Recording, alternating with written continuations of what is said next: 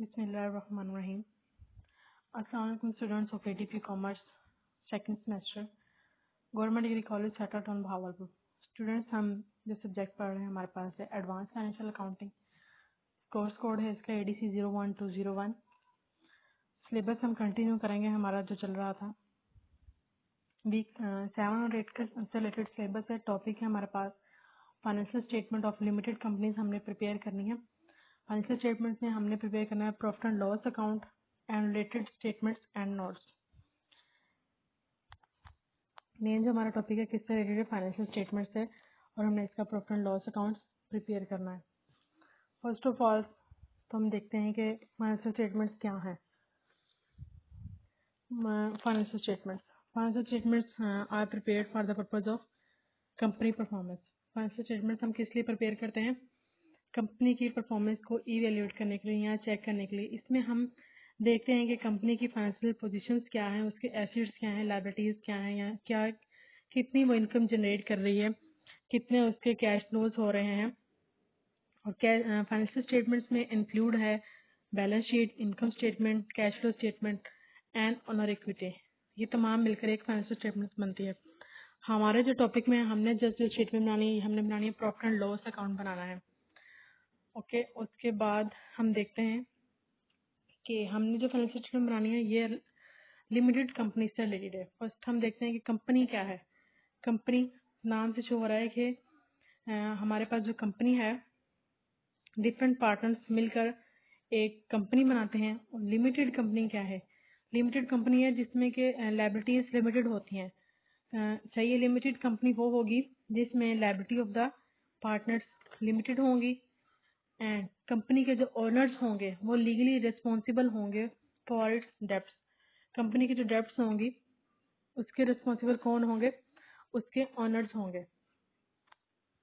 तो यहाँ पर हमें डेफिनेशन से पता लगा कि फाइनेंशियल स्टेटमेंट्स क्या हैं और लिमिटेड कंपनीज क्या हैं। ठीक है, नेक्स्ट अब हम देखेंगे कि फाइनेंशियल स्टेटमेंट का फॉर्मेट क्या है। इसका बैकग्राउंड दिया हुआ है, ये आप ना करना। फाइनेंशियल स्टेटमेंट फॉर्मेट हम देखेंगे, ये थ्योरी आप लोग रीड करेंगे, फॉर्मेट में आपको समझा देती हूँ। ठीक है, फॉर्मेट दिया हुआ है ये हमारे पास है कंपनी एक्ट शो फॉर्मेट 1। ठीक है, फॉर्मेट 1 में प्रॉफिट एंड लॉस अकाउंट का फॉर्मेट बना रहे हैं। टर्नओवर हमारे पास है, वैल्यूज नहीं दी, जस्ट फॉर्मेट है। टर्नओवर्स होती हैं सेल्स। ठीक है, कंपनी की कितनी सेल्स हो रही हैं। कॉस्ट ऑफ सेल्स क्या है? ठीक है, उन सेल्स को मेंटेन करने के लिए जो उस पर कॉस्ट आ रही है वो कॉस्ट ऑफ सेल्स होगी। और ग्रॉस प्रॉफिट हमारा क्या होगा कि हम सेल्स में से लेस कर देंगे कॉस्ट ऑफ सेल्स, तो हमारे पास ग्रॉस प्रॉफिट आ जाएगा। फोर्थ हमारे पास है डिस्ट्रीब्यूशन कॉस्ट। इन सेल्स को मेंटेन करने के लिए या एम्प्लॉयज को सैलरीज देने के लिए, लेबर्स को सैलरीज देने के लिए एक्सपेंसेस निकाल कर या डिस्ट्रीब्यूशन पर जो कॉस्ट आ रही है तो वो तमाम मिलकर क्या डिस्ट्रीब्यूशन कॉस्ट रहेगी। एडमिनिस्ट्रेटिव एक्सपेंसेस कौन से होते हैं? जो कि एडमिन वर्क से रिलेटेड होंगे। अदर ऑपरेटिंग इनकम जो ड्यूरिंग द ऑपरेशन जो मैन्युफैक्चरिंग कर रहे हैं गुड्स, उस ऑपरेशन के दौरान कोई हमारी ऑपरेटिंग हम जनरेट कर रहे हैं वो हमारी अदर ऑपरेटिंग इनकम्स होंगी। Income from shares in the group undertaking, ये भी हम ऐड करेंगे। इनकम फ्रॉम पार्टिसिपेटिंग इंटरेस्ट, हमने जो इंटरेस्ट रिसीव करना है ये भी हम ऐड करेंगे। And income from other fixed investment, हमने कोई इन्वेस्टमेंट्स की हुई हैं उससे जो हमें इनकम जनरेट होगी वो भी हम ऐड करेंगे। पॉइंट नंबर 10 है कि other interest receivable and similar income, ये भी हम ऐड करेंगे। उसके बाद पॉइंट 11 हमारे पास है amount return of investment less होगा। Interest payable and similar charges, payable amount less होंगी। टैक्स ऑन प्रॉफिट और लॉस ऑन ऑर्डिनरी एक्टिविटीज, ये भी लेस होगा। टैक्सेस हमारे सारे लेस होंगे। प्रॉफिट और loss on ordinary activities after taxation, तो टैक्स हम डिडक्ट कर देंगे, उसके बाद हमें पता लगेगा कि हमारे पास प्रॉफिट जनरेट हुआ है या लॉस हुआ है उन एक्टिविटीज पर। सो नेक्स्ट 15 नंबर पॉइंट है हमारे पास कि एक्स्ट्रा ऑर्डिनरी इनकम जो हमारे पास जनरेट होंगी ऐड करेंगे, एक्स्ट्रा ऑर्डिनरी चार्जेस लेस करेंगे। एक्स्ट्रा ऑर्डिनरी प्रॉफिट और लॉस हम देखेंगे कि हमें प्रॉफिट हुआ है या लॉस हुआ है, तो tax on extra ordinary profit and loss less करेंगे। Other taxes not shown under the above items but profit और loss for the financial year, and पर हमारे पास प्रॉफिट एंड लॉस आएगा जो कि फाइनेंशियल ईयर से रिलेटेड होगा। ये जो पैराग्राफ में हमें दिया हुआ है इससे रिलेटेड पॉइंट्स दिए हुए हैं, ये आप रीड आउट करेंगे तो इससे आपको ये जो 20 पॉइंट्स दिए हुए फॉर्मेट में ये क्लियर हो जाएंगे। ठीक है, ये हमारे पास फॉर्मेट था प्रॉफिट एंड लॉस अकाउंट बनाने के लिए। यहाँ से आपको समझ ना आए तो यही वाली टॉपिक जो है बुक में भी है आपके पास, आप बुक ओपन कर लें लैपटॉप पे, वहां पर रिज्यूम कर करके इसको देखते रहें। Financial statement for internal use. Internal use के लिए हम फाइनेंशियल स्टेटमेंट प्रिपेयर कर रहे हैं कि इंटरनल यूज मीन्स कंपनी अपने यूज के लिए जो फाइनेंशियल स्टेटमेंट प्रिपेयर करेगी वो हम कहेंगे कि वो इंटरनल यूज के लिए फाइनेंशियल स्टेटमेंट प्रिपेयर कर रही है। तो ये trading and profit and loss account बना रहे हैं for the year ended 31 December 2006। Block PLC company है, प्रॉफिट एंड लॉस अकाउंट बना रही है कौन से पीरियड के लिए? 31 दिसंबर 2006। अमाउंट्स ये सारी डॉलर्स में गिवन है हमारे पास। फर्स्ट हमारे पास है टर्नओवर, टर्नओवर दी हुई है हमारे पास 800। ठीक है, उसमें से हम लेस करेंगे cost of sale. Cost of sale हमें मालूम नहीं है, हम इसको फाइंड आउट करेंगे। किस तरह हम इसको फाइंड आउट करेंगे? क्या जो हमारे पास बिगनिंग स्टॉक है 1 जनवरी 2006 में, वो हमारे पास है 100, उसमें हम ऐड कर देंगे परचेजेस। ड्यूरिंग द ईयर हमने कोई मटेरियल या कोई भी परचेजेस किए हैं वो हम इसमें ऐड कर देंगे, तो ये हमारे पास रहेगा 625। ठीक है, बिगनिंग मटेरियल स्टॉक सॉरी और परचेजेस दोनों को ऐड करेंगे, हमारे पास आएगा 625। उसमें से हम लेस कर देंगे जो हमारे पास एंडिंग स्टॉक होगा 31 दिसंबर 2006 को, जो कि हमारे पास है 125। इसको हम लेस कर देंगे 625 में से, तो हमारे पास कॉस्ट ऑफ सेल्स आ जाएंगे जो कि है 500, और कॉस्ट ऑफ सेल्स हमें लेस करनी है टर्नओवर्स में से, तो इसको 500 को हम लेस कर देंगे 800 में से, तो हमारे पास आ जाएगा 300 जो कि हमारा ग्रॉस प्रॉफिट होगा। तो यहाँ तक हमने फाइंड कर लिया ग्रॉस प्रॉफिट मीन्स टर्नओवर में से लेस करेंगे cost of sales. Cost of sales हम फाइंड आउट करेंगे बिगनिंग स्टॉक, ऐड करेंगे परचेजेस, लेस करेंगे क्लोजिंग स्टॉक, तो हमारे पास कॉस्ट ऑफ सेल आएगा जो कि हम टर्नओवर से लेस करेंगे तो हमारे पास जनरेट होगा ग्रॉस प्रॉफिट। थर्ड पॉइंट हमारे पास है डिस्ट्रीब्यूशन कॉस्ट। डिस्ट्रीब्यूशन कॉस्ट हम किस तरह फाइंड करेंगे? डिस्ट्रीब्यूशन कॉस्ट में आएगा सैलरीज एंड वेजेस जो कि हम पे कर रहे हैं $30 है। उसके बाद मोटर व्हीकल कॉस्ट आ रही है 20 है, जनरल डिस्ट्रीब्यूशन एक्सपेंसेस 3 आ रहे हैं, डेप्रिसिएशन आ रही है, जनरल डिस्ट्रीब्यूशन एक्सपेंसेस हमारे पास 5 आ रहे हैं, और डेप्रिसिएशन मोटर एंड मशीनरी की आ रही है 3 और 2। तमाम हम ऐड कर लेंगे तो हमारे पास डिस्ट्रीब्यूशन कॉस्ट आ जाएगी $60 आ जाएगी। ठीक है, और फोर्थ हमारे पास पॉइंट है एडमिनिस्ट्रेशन एक्सपेंसेस।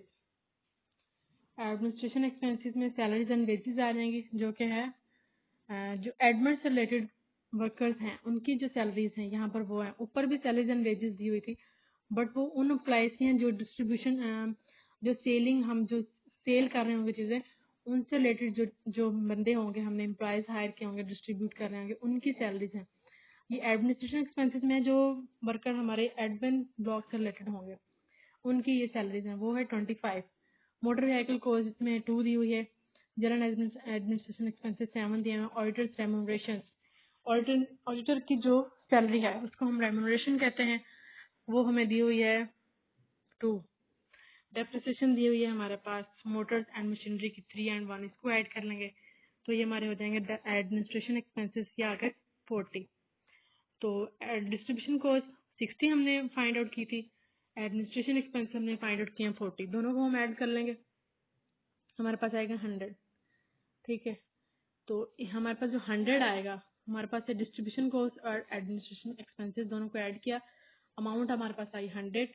इस 100 को हम लेस कर देंगे ग्रॉस प्रॉफिट अमाउंट से। ग्रॉस प्रॉफिट हमारे पास 300 था, इसमें से हम 100 लेस करेंगे हमारे पास 200 बाकी हमारे पास जनरेट होगा। पॉइंट नंबर 6 है other operating income. Other operating income हमारे पास है 30, इस 30 को हम 200 में ऐड कर देंगे हमारे पास 230 अमाउंट आएगा।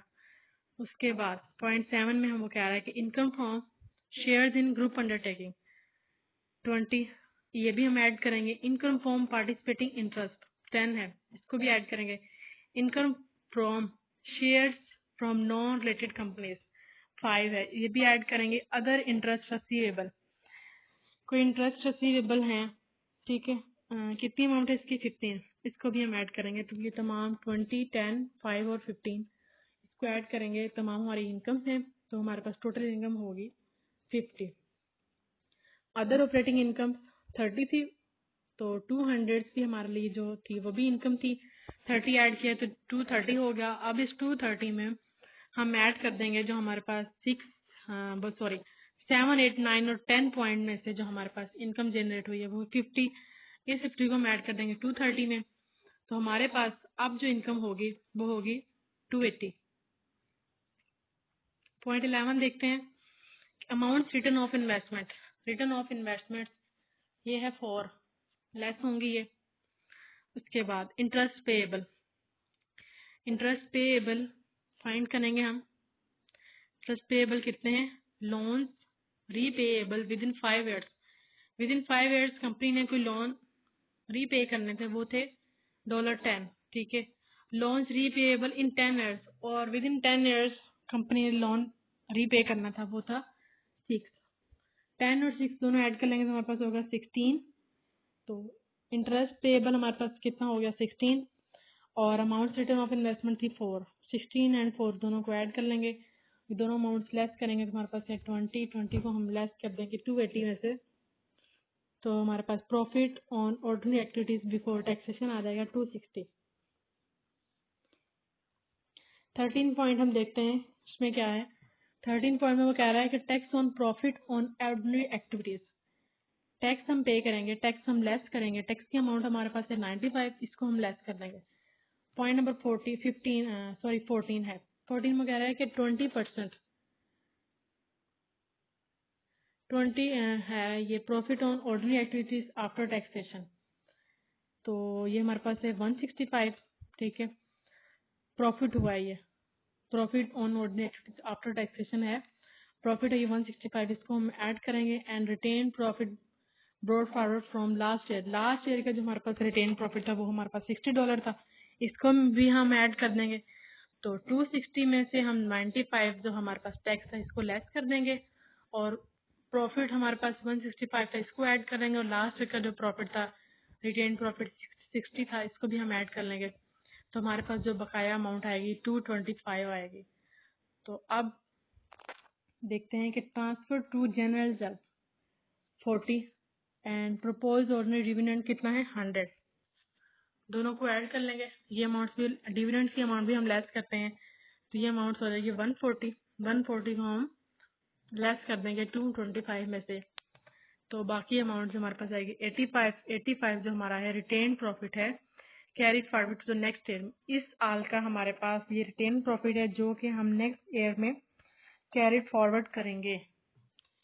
सो ये जो हमारे पास था trading and profit and loss account था, जिसमें 14 हमारे पॉइंट्स थे। 14 पॉइंट्स को हमने डिटेल में देखा कि कौन सा पॉइंट किस तरह जनरेट होगा, उसमें क्या ऐड होगा, क्या लेस होगा। तो ये जो हमने स्टेटमेंट बनाई है, हमने बनाई है इंटरनल यूज के लिए। इंटरनल यूज के लिए अगर पेपर में क्वेश्चन आ जाता है कि इंटरनल यूज के अकॉर्डिंग आप बनाएं statement, profit and loss account statement बनाएं, तो इतनी ही डिटेल में आप बनाएंगे, ठीक है। अब हम नेक्स्ट देखेंगे financial statement for publications. Publications means वो स्टेटमेंट्स हमने बनानी है जो कि हम पब्लिकेशंस के लिए यूज करेंगे, जिसको हम पब्लिकली एक्सपोज करेंगे। किनके लिए एक्सपोज करेंगे, हमारे कस्टमर जो हैं, इन्वेस्टर्स जो हैं और शेयर होल्डर्स जो हैं, उनके लिए हम ये स्टेटमेंट बनाएंगे। ये स्टेटमेंट हम डिटेल में नहीं बनाएंगे, इसमें वही 14 पॉइंट डिस्कस हुए हैं, बट वहां पर हर पॉइंट की एक डिटेल दी हुई थी कि ये वाला पॉइंट जो है इसमें कौन कौन सी चीजें ऐड हुई हैं और कौन सी लेस हुई हैं। बट जो पब्लिकेशन के लिए हम स्टेटमेंट बनाएंगे इसमें तमाम पॉइंट्स जो है उसकी डिटेल नहीं देंगे। जिस तरह फर्स्ट पॉइंट है टर्नओवर वही 800 की अमाउंट ही है, बट कॉस्ट ऑफ सेल यहाँ पर डायरेक्ट उन्होंने बता दिया कि 500 हम इसमें से लेस करेंगे। बट जो इंटरनल यूज के लिए था स्टेटमेंट, उसमें उन्होंने कॉस्ट ऑफ सेल बकायदा हमें फाइंड करके बताई है कि 500 जो है हमारे पास किस तरह आया है, बिगनिंग स्टॉक परचेजेस ऐड की, फिर लेस कर दी हमने एंडिंग स्टॉक। तो यहाँ पर हमें पता लग रहा है कि कॉस्ट ऑफ सेल हमने किस तरह फाइंड किए, बट यहाँ पर इसमें डिटेल नहीं बता रहे, जस्ट डायरेक्ट उसको लेस करेंगे तो हमारे पास ग्रॉस प्रॉफिट आ जाएगा। और यहाँ पर फोर्थ पॉइंट डिस्ट्रीब्यूशन कॉस्ट, जो कि डायरेक्ट बता रहे हैं कि 60। इंटरनल यूज जब हमने स्टेटमेंट बनाई थी उसमें हमने 60 फाइंड आउट किया था कि ये किस किस तरह हमारे पास आएगा। एडमिनिस्ट्रेशन एक्सपेंसेस भी हमने फाइंड आउट किए थे, दोनों हो गए 100, इसको हम लेस कर देंगे तो 200 हमारे पास प्रॉफिट आएगा। और अदर ऑपरेटिंग प्रॉफिट हमारे पास है 30, इसको हम ऐड करेंगे तो होगा 230। और अदर इनकम थी हमारे पास 0.7, 8, 9 और 10 में, तो ये तमाम इनकम हम ऐड करेंगे। ये थी 50, 230 में 50 ऐड करेंगे हमारे पास आ जाएगा 280। ठीक है, अब लेस वाली अमाउंट देख लेते हैं। अमाउंट रिटर्न ऑफ इन्वेस्टमेंट 4 थी और इंटरेस्ट पेएबल था हमारे पास 16, वही है इसमें। ये तो दोनों को हम ऐड करेंगे 20 इसमें से लेस कर देंगे तो हमारे पास आएगा 260। प्रॉफिट और loss on ordinary activities before taxation आ जाएगा हमारे पास 260। अब हम इसमें से वही टैक्स लेस करेंगे, टैक्स हम लेस करेंगे, टैक्स की अमाउंट है 95, लेस कर देंगे तो 165 हमारे पास प्रॉफिट आ जाएगा। प्रॉफिट और loss on ordinary activities after taxation हमारे पास आ जाएगा 165। ट्रांसफर टू रिजर्व, रिजर्व को जो हम अमाउंट ट्रांसफर कर रहे हैं वो है 40, और जो डिविडेंड्स हम पे कर रहे हैं वो है 100 के, तो दोनों हम इसमें से लेस कर देंगे 140, तो हमारे पास जो प्रॉफिट था 165, उसमें से 140 लेस करेंगे तो हमारे पास जो रिटेन प्रॉफिट आएगा फॉर द पीरियड आएगा हमारे पास 25। ठीक है, और अब ये देखें कि हमारे पास जो ये पब्लिकेशन के लिए जो हमने स्टेटमेंट बनाई है इसमें हमने प्रॉफिट ऐड नहीं किया लास्ट ईयर वाला। ठीक है, ये वाली जो हमारे पास स्टेटमेंट थी इंटरनल यूज के लिए, इसमें लास्ट में ये दिया हुआ है रिटेन, बल्कि ये दिया हुआ है retain profit brought forward from last year, जो कितना था 60 रुपीज था। क्या हुआ है इसमें, लास्ट ईयर का जो प्रॉफिट था 60 रुपीज वो इन्होंने इसमें ऐड किया हुआ है जो हमने इंटरनल यूज के लिए स्टेटमेंट बनाई है। जबकि हम जो पब्लिकेशन के लिए स्टेटमेंट बनाएंगे उसमें हम लास्ट ईयर का प्रॉफिट इसमें ऐड नहीं करेंगे, इसीलिए हमारा जो एंड पर रिटेन प्रॉफिट है फॉर द पीरियड, ठीक है, वो हमारा कम आया है क्योंकि इसमें हमने लास्ट ईयर वाला ऐड नहीं किया हुआ। उसके बाद अब हम देखते हैं नेक्स्ट पॉइंट। ये हमारे पास जो फॉर्मेट्स के अकॉर्डिंग जो पॉइंट्स हैं सारे उनकी डिटेल दी हुई है, आप लोग रीड आउट करना, आपको पॉइंट्स जो है मजीद डिटेल में थोड़ी समझ आ जाएंगे। ठीक है, उसके बाद हमारे पास है प्रॉफिट एंड लॉस अकाउंट दिया है फॉर द, वही वाला ये दिया हुआ है, तकरीबन सारा वही दिया हुआ है। ये इसमें कुछ पॉइंट्स जो हमने देखने हैं जो इन्होंने इसमें ऐड किया है फॉर्मेट के according, extraordinary income, extraordinary charges और एक्स्ट्राऑर्डिनरी प्रॉफिट एंड लॉस दिया हुआ है, taxes on extraordinary profit and loss. ये पॉइंट्स इसमें जो एक्स्ट्रा दिए हुए स्टेटमेंट में, जो कि अमाउंट्स हैं नहीं तो ये जीरो है, अगर होंगी तो हम इसको ऐड लेस कर लेंगे। ये हो गया हमारा। उसके बाद एलोकेशन ऑफ एक्सपेंसेस आप लोग रीड आउट करना, इसमें cost of sale, distribution cost और एडमिनिस्ट्रेशन कॉस्ट तीनों की डिटेल दी हुई है कि ये किस तरह हमने फाइंड किया है। रीड करना आपको ज़्यादा अच्छे से समझ आ जाएगी। उसके बाद दिया हुआ है, उसके बाद जो हमें टॉपिक करना है वो हमने करना है other statement and notes required by financial reporting standard number 3। Other statement and notes, इसमें हमने बनानी है statement of total recognised gain और loss, statement of total recognised gain and losses. क्या हमने बनानी है, गेन और लॉसेस से रिलेटेड हमने स्टेटमेंट बनानी है। ये बनाएंगे the statement of total recognised gain and losses is one of two new primary statement introduced by Financial Reporting Standard number 3. It shows the extent to which shareholders funds have increased or decreased. किसके लिए बनाएंगे, ये share holders के funds को show करने के लिए हम ये बनाएंगे कि उनके जो फंड्स हैं वो इंक्रीज हो रहे हैं या डिक्रीज हो रहे हैं। इसी पर्पज के लिए ये हम स्टेटमेंट बनाएंगे। अब हम स्टेटमेंट का फॉर्मेट देखते हैं कि ब्लॉक पीएलसी है, statement of total recognised gain and losses statement बना रहे हैं हम 2006 के लिए। अमाउंट सारी हमें डॉलर में दिए हैं। फर्स्ट हमारे पास पॉइंट है profit for the financial year है 165। अनरियलाइज सरप्लस हो गया है ऑन रिवैल्यूएशन ऑफ प्रॉपर्टीज। इनकी जो प्रॉपर्टीज थी शेयर होल्डर्स की, उस पर जो सरप्लस उन्हें हुआ है वो हम ऐड कर देंगे। 12 हुआ है। अनरियलाइज लॉस उन्हें हो गया है 8 का, वो हम लेस कर देंगे। और currency translation difference on foreign currency investments है, ये लेस कर देंगे। Total recognise gain and losses relating to the year 164 आ गया हमारे पास। उसके बाद प्रायर पीरियड एडजस्टमेंट्स कोई थी, ये 19 थी, इसको हम लेस करेंगे तो हमारे पास टोटल गेन और लॉस आ जाएगा जो कि है 145। उसके बाद ये हमने बना ली गेन और लॉस की स्टेटमेंट। नेक्स्ट जो हमने बनाना है, नेक्स्ट ये टॉपिक है financial reporting standard number 3 and extra ordinary items. ये आपने रीड करना है, बुक में ये दिया हुआ है, यहाँ से नहीं है पढ़ा होगा, बुक ओपन करना, तमाम चीज़ें उसमें दी हुई है, सुकून से लैपटॉप ओपन करके वहाँ से पढ़ना। यहाँ से जस्ट आप लेक्चर सुनना है आपने, ठीक है, और साथ में अपना लैपटॉप पे ओपन कर लेना बुक, ठीक है। चैप्टर नंबर 11 है ये, उसको ओपन करना, साथ में लेक्चर सुनते रहना और साथ में बुक में देखते रहना, आपको समझ आ जाएगी। ये आपने खुद रीड आउट करना है। और फाइनेंशियल स्टेटमेंट नंबर 3 और उसके में दिया हुआ है prior period adjustments. Prior period adjustments दी हुई हैं। प्रायर पीरियड एडजस्टमेंट्स क्या होती हैं कि ड्यूरिंग द पीरियड जो हमारा चल रहा है उसमें ये एडजस्टमेंट्स हम करेंगे। पीरियड एंड होने से पहले पहले हम ये एडजस्टमेंट कर लेंगे। कोई भी अकाउंटिंग पॉलिसी चेंज होने से पहले हम एडजस्टमेंट्स ये मेंटेन करेंगे। और बिफोर करेक्शन ऑफ एरर्स, कोई भी एरर्स हुई हैं उनकी करेक्शन से पहले हम ये एडजस्टमेंट करेंगे। और इसका इफेक्ट क्या है? इसका इफेक्ट है कि effect of prior periods adjustment on the result for the preceding period is disclosed. जो हमारा प्रीसीडिंग पीरियड जो चल रहा है वो डिस्क्लोज होने से पहले पहले हमें ये एडजस्टमेंट्स करनी है। इसको भी आप डिटेल में रीड आउट करेंगे, तो ये भी हमारा थ्योरी से रिलेटेड है। थ्योरी वाला आप खुद रीड आउट किया करें, ज़्यादा इजीली समझ